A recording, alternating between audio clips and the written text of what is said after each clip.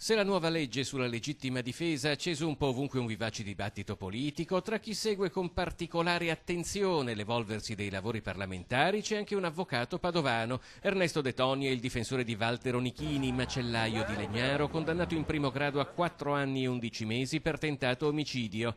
Il 22 luglio del 2013 Onichini sparò 2 colpi con il suo fucile a pompa dopo aver sorpreso un ladro nel giardino di casa.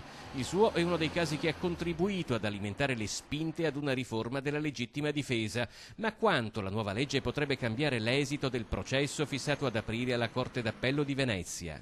Entra proprio nel merito della difesa del signor Onichini questa legge, perché permette sempre l'uso delle armi di difesa quando c'è una violazione di domicilio. Mentre prima doveva essere comunque proporzionato. Se rimane così la legge come è stata proposta e come è in discussione, la parola sempre che va a sostituire, che va ad aggiungere la descrizione della condotta che non viene più punita, a questo punto vedremo che cosa succede, però la parola sempre che viene aggiunta sicuramente va a sistemare delle questioni che sono sul tavolo delle valutazioni discrezionali dei giudici. La nuova legge sulla legittima difesa potrebbe dunque cambiare il corso del processo a Walter Onichini. Si è fatto l'opinione che ci siano i tempi tecnici perché la legge possa entrare in vigore quando il processo è ancora in corso.